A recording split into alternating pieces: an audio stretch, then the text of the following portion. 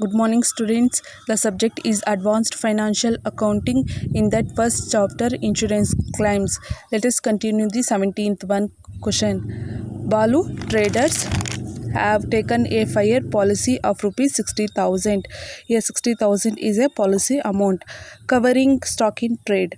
A fire occurred on 31st/6/2014 and stock was destroyed with the expectation of the value of 60,600. Here 60,600 is a salvage value of stock. Next, from the following particulars are available from the books of accounts. Stock on 1/4/2013 1,47,000. Purchases to the date 2013 and 14 is 7,96,000. Next, sales on the date of 2013 and 14 is 9,74,000. Carriage outward from 1/4/2014 to 15/9/2014 is 22,000. Here carriage outward will comes in profit or loss account.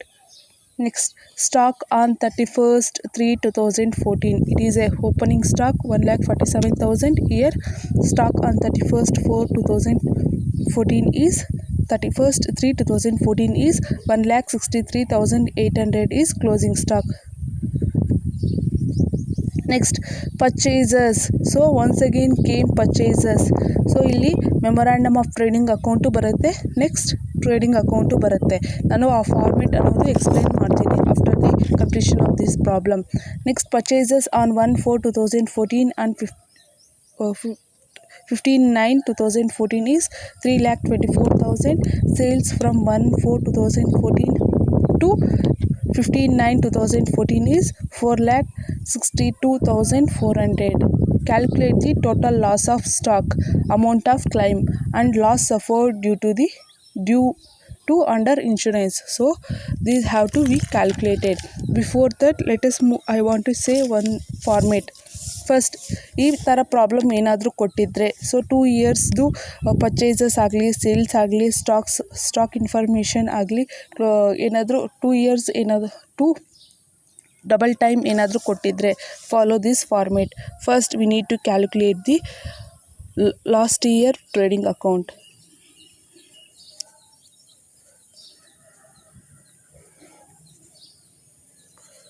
So last year trading account full year ಬರುತ್ತೆ 1/4/2013 to take it this 1/4/2013 ಇಂದ opening stock financial year open ಆಗ್ತಾ ಇದೆ. Next ends on 31st/3/2014. So this. Next, rate of gross profit on sales. So formula ಗೊತ್ತಿದೆ, gross profit divided by sales into 100. So next step is to calculate the gross profit on sales. Next, memorandum of trading account.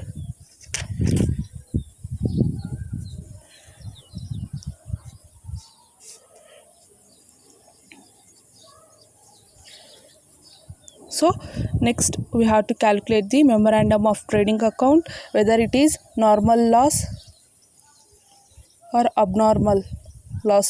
Both we have to consider while calculating the memorandum of trading account. Next, normal sales ಆಗಿರ್ಬೋದು, abnormal sales ಕೂಡ ಬರುತ್ತೆ. We have to calculate. Next one is actual amount of loss.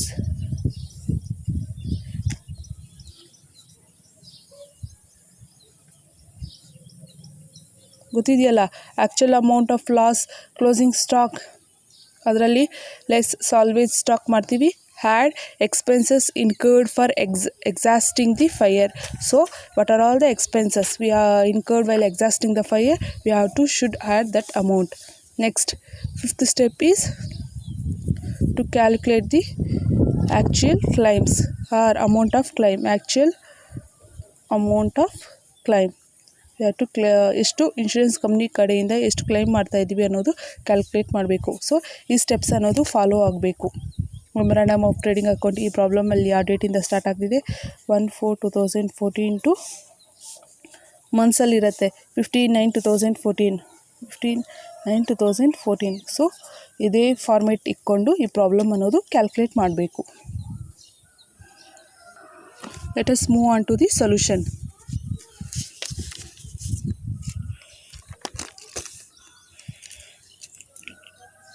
First ಯಾವ account ಬರುತ್ತೆ?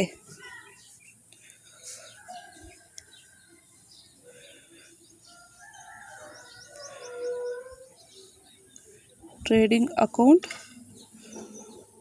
For the year ending 31/3/2014.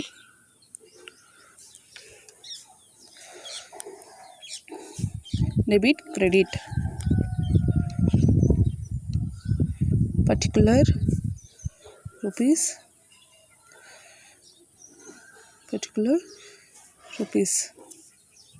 So ಇದು format ಹಾಕೊಂಡ್ರಿ. Next, let's move on to the solution. Stock on 1/4/2013 ಎಷ್ಟಿದೆ? 1,47,000. It is a opening stock. To opening stock ಎಷ್ಟು? 1,47,000. ಅದಕ್ಕಿಂತ ಮುಂಚೆ take it pencil and mark down. ಈ account trading ಅಕೌಂಟಲ್ಲಿ ಯಾವ್ಯಾವ ಬರುತ್ತೆ ಅಂತ ಡೇಟ್ ನೋಡಿ. With the date only we have to decide whether it is a trading account or memorandum of trading account. ಇದು ಓಪನಿಂಗ್ ಡೇಟ್ ಇದೆ, ಸೊ ಟ್ರೇಡಿಂಗ್ ಅಕೌಂಟಲ್ಲಿ ಬರುತ್ತೆ. Next purchases on the date 2013 and 14. So for the year start ಆಗೋದು 1/4/2013 to 31/3/2014 ಅಲ್ಲ. So 13 14 ಬರುತ್ತೆ ಇಯರಲ್ಲೇ. So trading account. Sales on date 2013 and 14 trading account ಬರುತ್ತೆ. Next carriage outward. So P&L ಅಕೌಂಟಲ್ಲಿ ಬರುತ್ತೆ. ಈ ಪ್ರಾಬ್ಲಮಲ್ಲಿ ಇದು ಬರೋದಿಲ್ಲ. Next stock on 31/3/2014 closing stock ಬರುತ್ತೆ, ಟ್ರೇಡಿಂಗ್ ಅಕೌಂಟಲ್ಲಿ ಬರುತ್ತೆ. ನೆಕ್ಸ್ಟ್ ಪರ್ಚೇಸಸ್ ಫ್ರಮ್ 1/4/2014 ಟು 15/9/2014 ಇದು ಬಂದುಬಿಟ್ಟು ಮೆಮೊರಾಂಡಮ್ ಆಫ್ ಟ್ರೇಡಿಂಗ್ ಅಕೌಂಟಲ್ಲಿ ಬರುತ್ತೆ.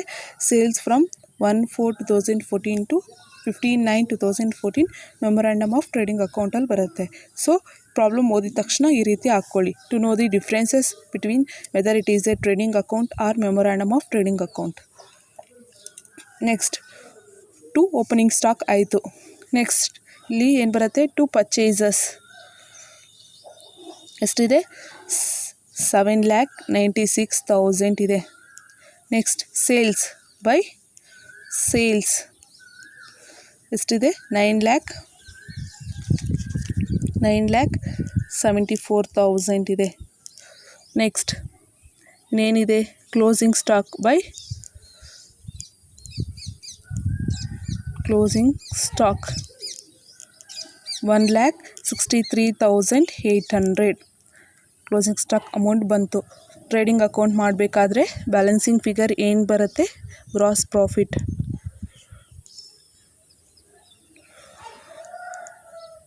ಟೋಟಲ್ ಮಾಡ್ಕೊಳ್ಳಿ.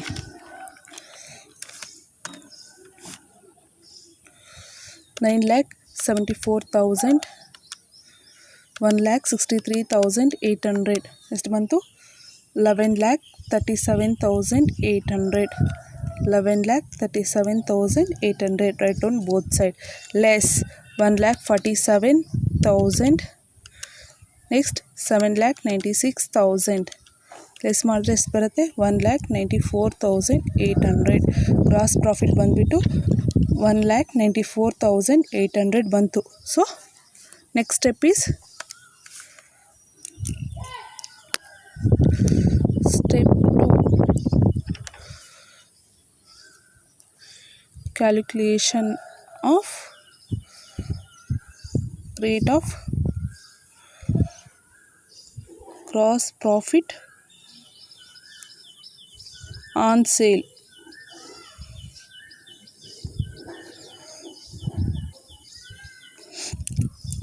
ನೆಕ್ಸ್ಟ್ ಫಾರ್ಮುಲಾ ಗೊತ್ತಿದೆಯಾ? Gross profit ratio is equal to gross profit divided by sales into 100. Gross profit ಎಷ್ಟಿದೆ 1,94,800 ಡಿವೈಡೆಡ್ ಬೈ ಸೇಲ್ಸ್ ಬಂದುಬಿಟ್ಟು 9,74,000 ಇಂಟು 100 ಎಷ್ಟು ಬರುತ್ತೆ 1,94,800 1,94,800 divided by 9,74,000 into 100 20% ಬರುತ್ತೆ. ಸೊ ಗ್ರಾಸ್ ಪ್ರಾಫಿಟ್ ಅನ್ನೋದು 20% ಬಂತು. Let us move on to the calculations. Next step,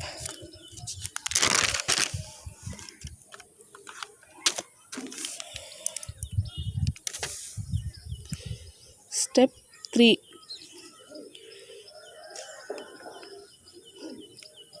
Calculation of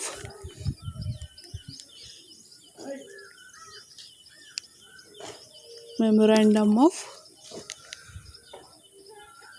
trading account. Date compulsory, you have to mention. Yesterday 1/4/2014 to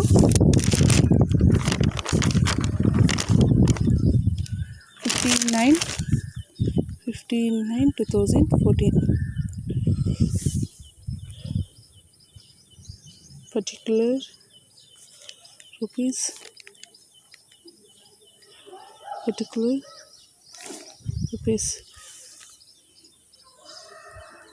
so ನೋಡೋಣ ಇಲ್ಲಿ ಏನು ಬರುತ್ತೆ. ಟು ಓಪನಿಂಗ್ ಸ್ಟಾಕ್, ಲಾಸ್ಟ್ ಇಯರ್ದು closing stock ಈ ಇಯರ್ದು opening stock ಆಗುತ್ತೆ. ಎಷ್ಟಿದೆ ಕ್ಲೋಸಿಂಗ್ ಸ್ಟಾಕ್ ಬಂದುಬಿಟ್ಟು 1,63,800. 1,63,800. ನೆಕ್ಸ್ಟ್ ಟು ಪರ್ಚೇಸಸ್ ಬರುತ್ತೆ. ಇಲ್ಲಿ by sales by closing stock.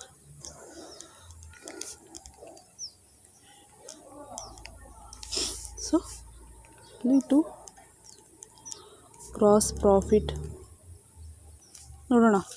Purchases, memorandum of trading account purchases ಎಷ್ಟಿದೆ 3,24,000. 3,24,000.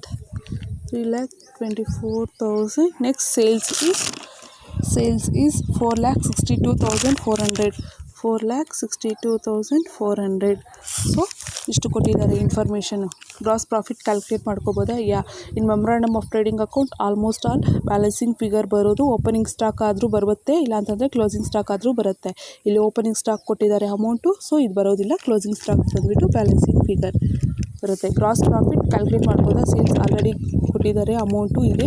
ನೆಕ್ಸ್ಟ್ ಗ್ರಾಸ್ ಪ್ರಾಫಿಟ್ ರೇಷಿಯೋ ಕೂಡ ಕ್ಯಾಲ್ಕುಲೇಟ್ ಮಾಡಿದ್ವಿ. 4,62,400 ಇಂಟು ಎಷ್ಟು ಪರ್ಸೆಂಟೇಜ್ ಬರುತ್ತೆ? ಗ್ರಾಸ್ ಪ್ರಾಫಿಟ್ ಪರ್ಸೆಂಟೇಜ್ ಬಂದುಬಿಟ್ಟು 20%. ಸೊ 20% ಅನ್ನೋದು ಬರುತ್ತೆ. ಇಂಟು 20% ಮಾಡಿ. 4,62,400 ಇಂಟು 20% ಮಾಡಿದ್ರೆ ಅಮೌಂಟ್ ಈಸ್ 92,480. ನೆಕ್ಸ್ಟ್ ಅದೇ ರೀತಿ ಟೋಟಲ್ ಮಾಡಿ. 1,63,800 plus 3,24,000 next 92,480 total 5,80,280. 5,80,280. 5,80,280 plus 4,62,400 plus ಮಾಡಿದ್ರೆ ಎಷ್ಟು ಬರುತ್ತೆ? 1,17,880. ಸೊ ಬಂತು. Next step is to calculate the actual amount of loss. Step 4, calculation of actual loss of stock. Actual amount of stock, actual loss of stock, same.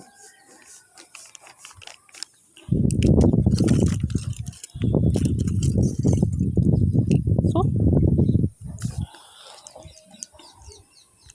actual loss of stock is equal to closing stock minus salvage stock. Closing stock is to 1,17,880 minus salvage stock is 60,600. 1,17,880 minus 60,600, 57,280. Next, step 5, calculation of amount of claim.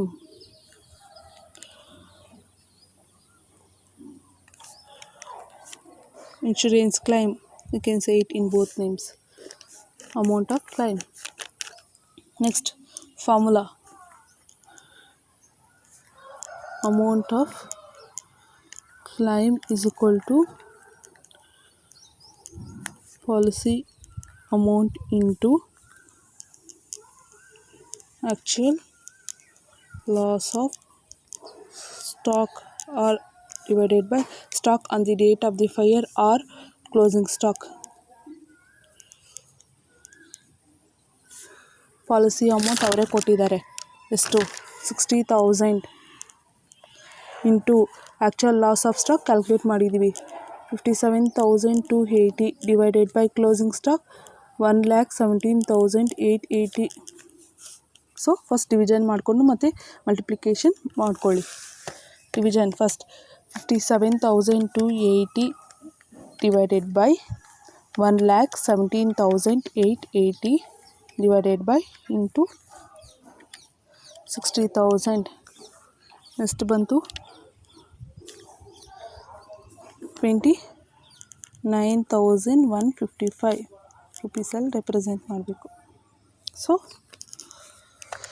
ಅಕಸ್ಮಾತ್ policy amount ಏನಾದರೂ ಕೊಟ್ಟಿಲ್ಲ ಅಂತಂದರೆ actual loss of stock amount of claim or insurance claim ಅನ್ನೋದು ಬರುತ್ತೆ. But they given policy amount 60,000 ಕೊಟ್ಟಿದ್ದಾರೆ. So ಈ formula ಅನ್ನೋದು ಬಂತು. So this is the solution for 17th one.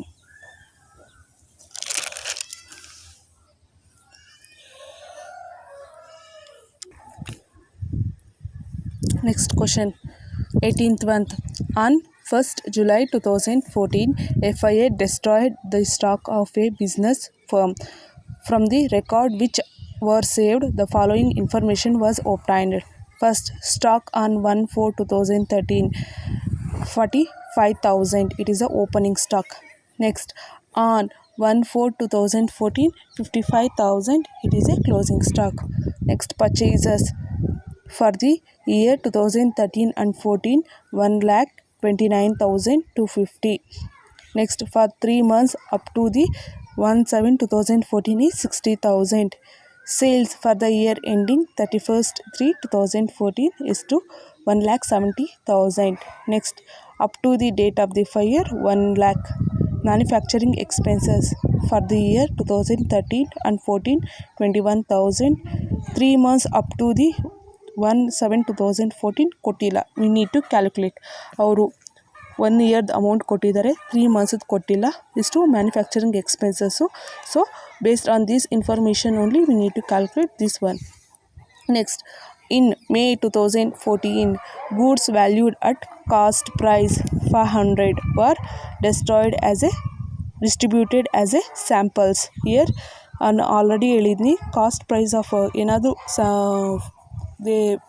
Drawings ಆಗಿರ್ಬೋದು, ಸ್ಯಾಂಪಲ್ಸ್ ಆಗಿರ್ಬೋದು, ಇಲ್ಲಿ ಕಾಸ್ಟ್ ಪ್ರೈಸ್ ಅನ್ನೋದು 500 ಇದೆ. ಸೊ ಡೇಟು ಕೊಟ್ಟಿದ್ದಾರೆ ಮೇ 2014.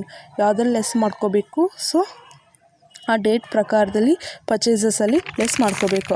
ಇಲ್ಲಿ 2014-15 ಬರುತ್ತಾ, ಇಲ್ಲ ಅಂತಂದರೆ 17-14 ಬರುತ್ತಾ ಅಂತ ನೋಡ್ಕೊಳ್ಳಿ. I will inform well calculating the problem.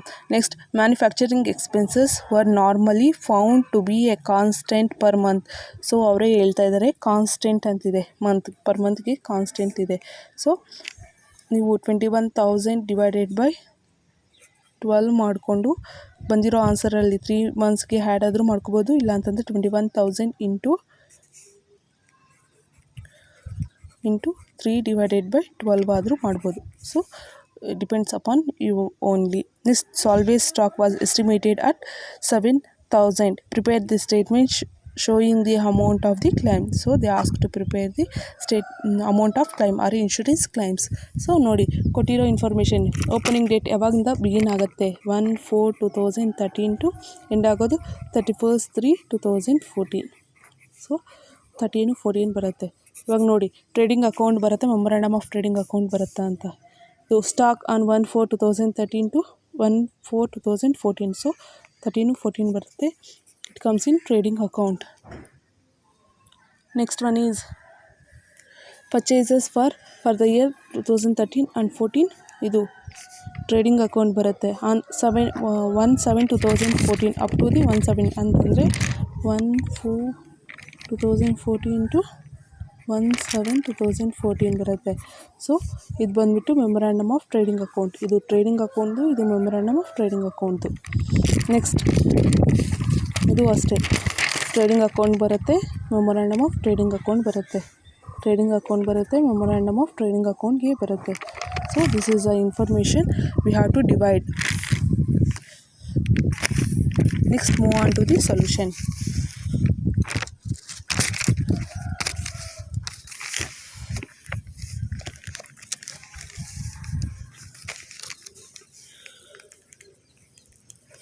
Step 1.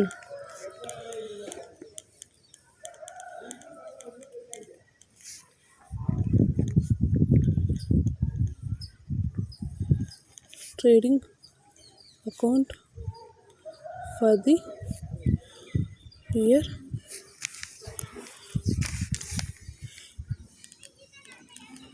ending 31/3/2014. Debit, credit. Particular amount in rupees. Particular amount in rupees. First 2.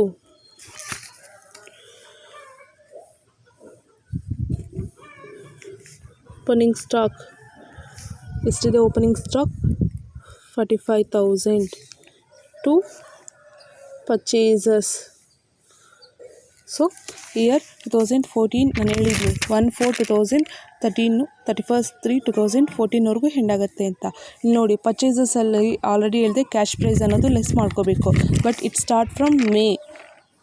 So 1/5/2014ಗೆ ಸ್ಟಾರ್ಟ್ ಆಗುತ್ತೆ ಅಂತಂದರೆ ಮೆಮೊರಾಂಡಮ್ ಆಫ್ ಟ್ರೇಡಿಂಗ್ ಅಕೌಂಟ್ಗೆ ಬರುತ್ತೆ. ಓಕೆ, ಸೊ ಈ ಡೇಟ್ಗೆ ಬರುತ್ತೆ. ಇದು ಬಂದುಬಿಟ್ಟು 1/4/2014 ಟು 1/7/2014 ಇದೆ. ಅದಕ್ಕೆ ಮೆಮೊರಾಂಡಮ್ ಆಫ್ ಟ್ರೇಡಿಂಗ್ ಅಕೌಂಟ್ಗೆ ಬರುತ್ತೆ ಇದು. ಸೊ ಇದು ಟ್ರೇಡಿಂಗ್ ಅಕೌಂಟಲ್ಲಿ ಬರೋದಿಲ್ಲ. ಸೊ ಡೈರೆಕ್ಟ್ಲಿ ಪುಟ್ ಪರ್ಚೇಸಸ್ ಅಮೌಂಟ್. ಎಷ್ಟಿದೆ ಪರ್ಚೇಸಸ್ ಅಮೌಂಟು 1,29,250. 1,29,250. ನೆಕ್ಸ್ಟ್ ಬೈ ಏನು ಬರುತ್ತೆ, ಸೇಲ್ಸ್ ಬಂದುಬಿಟ್ಟು 1,70,000 ಬೈ ಕ್ಲೋಸಿಂಗ್ ಸ್ಟಾಕ್ ಅವರೇ ಕೊಟ್ಟಿದ್ದಾರೆ ಎಷ್ಟು 55,000. ನೆಕ್ಸ್ಟ್ ವೇಜಸ್ ಏನಾದರೂ ಕೊಟ್ಟಿದ್ದಾರೆ, ಮ್ಯಾನುಫ್ಯಾಕ್ಚರಿಂಗ್ ಎಕ್ಸ್ಪೆನ್ಸಸ್ ಕೊಟ್ಟಿದ್ದಾರೆ.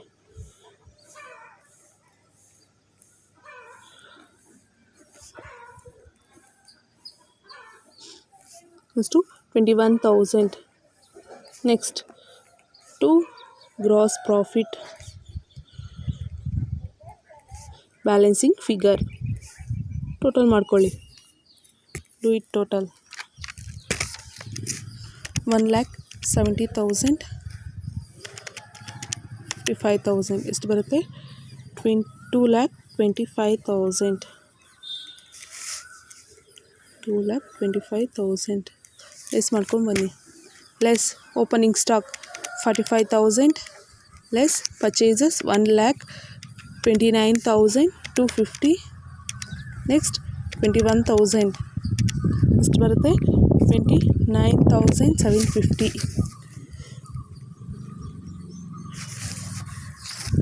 Next step is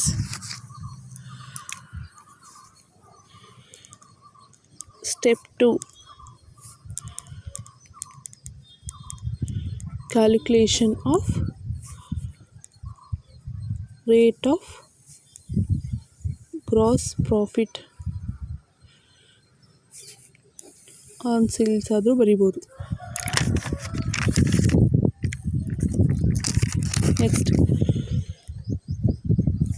gross profit ratio is equal to gross profit divided by sales into 100. ಎಷ್ಟಿದೆ gross profit 29,750 divided by sales is 1,70,000 into 100. ಮಾಡ್ಕೊಂಡು just do it. 29,750 divided by 1,70,000 into 100, it is 17.5%.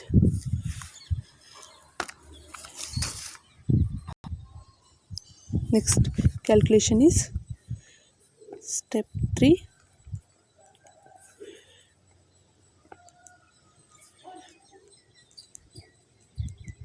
memorandum of trading account for the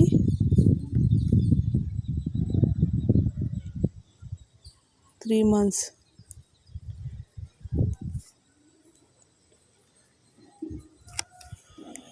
Debit, credit, particular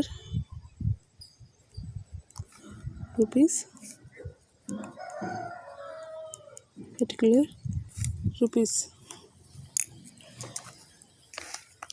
So to opening stock,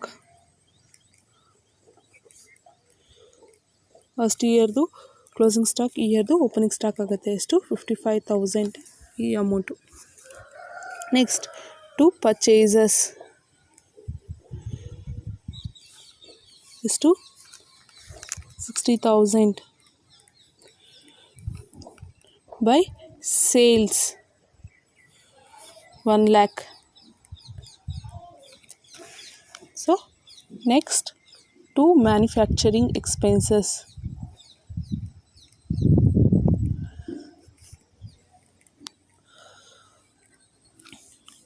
calculate ಮಾಡ್ಕೊಳ್ಳಿ. ಯಾಕಂದರೆ ನೋಡಿ, manufacturing expenses are normally found to be constant per month.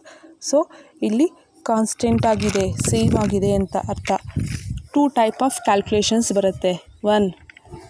One is 21,000 into 3 ಮಂತ್ಸ್ಗಲ್ಲ, 3 divided by 12 ಮಾಡಿಕೊಂಡ್ರೇನು 3 months amount ಅನ್ನೋದು ಸಿಗುತ್ತೆ. ಎಷ್ಟು 21,000 into 3 divided by 12, 5,250. R ಇನ್ನೂ ಒಂದು ಮೆಥಡು ಇದೆ, 21,000 ಪರ್ ಮಂತ್ಗೆ ಫೈಂಡ್ ಔಟ್ ಮಾಡ್ಕೊಳ್ಳಿ. ಇಯರ್ ಪರ್ ಆ್ಯನಮ್ ಇದೆಯಲ್ಲ, ಪರ್ ಮಂತ್ಗೆ ಕ್ಯಾಲ್ಕುಲೇಟ್ ಮಾಡ್ಕೊಳ್ಳಿ. ಡಿವೈಡೆಡ್ ಬೈ 12 ಮಾಡಿದ್ರೆ 21,000 divided by 12 ಎಷ್ಟು ಬರುತ್ತೆ? 1,750 ಪರ್ ಮಂತ್ಗೆ ಸಿಕ್ತು. ಸೊ 3 ಮಂತ್ಸ್ ಬೇಕಾಗಿದೆಯಲ್ಲ, 7,750 ಇಂಟು 3 ಮಾಡ್ಕೊಳ್ಳಿ, 5,250. 3 ಮಂತ್ಸ್ ಬೇಕಾಗಿದೆಯಲ್ಲ, ಸೊ 3 ಮಂತ್ಸ್ದು ಅಮೌಂಟ್ ಸಿಕ್ತು. ಸೊ ಈ ಟೈಪ್ ಆದರೂ ಕ್ಯಾಲ್ಕುಲೇಟ್ ಮಾಡಿ, but finally we get same answer ಅನ್ನೋದು ಬರಬೇಕು.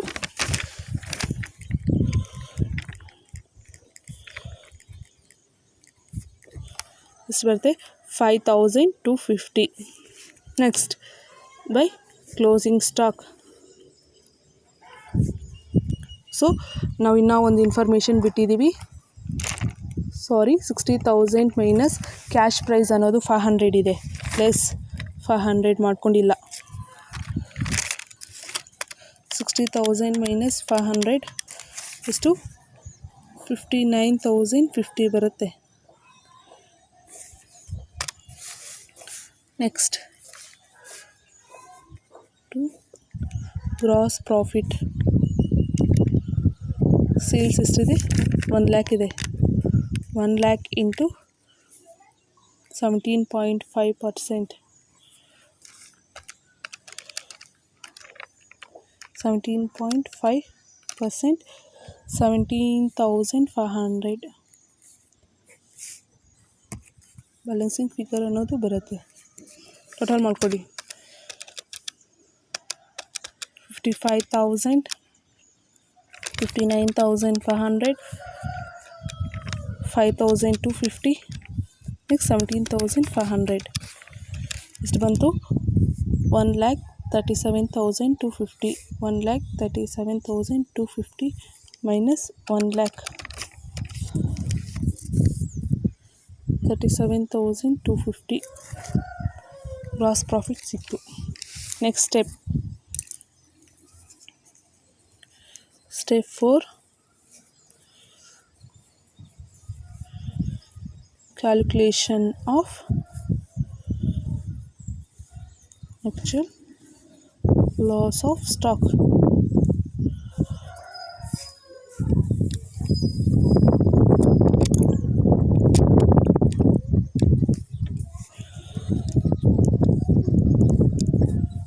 Actual loss of stock is equal to closing stock minus salvage stock. Closing stock ಎಷ್ಟಿದೆ? 37,250 minus salvage stock is 7,000. 30,250 ಸಿಕ್ತು. Next step 5 is calculation of amount of claim. So write down the note. In problem, there is no policy amount, hence actual loss of stock is also a amount of claim. Therefore, amount of claim is rupees 30,250. So ಈ ರೀತಿ ಬರಬೇಕು step wise ಆಗಿ. This is a solution for 18th month. Thank you everyone.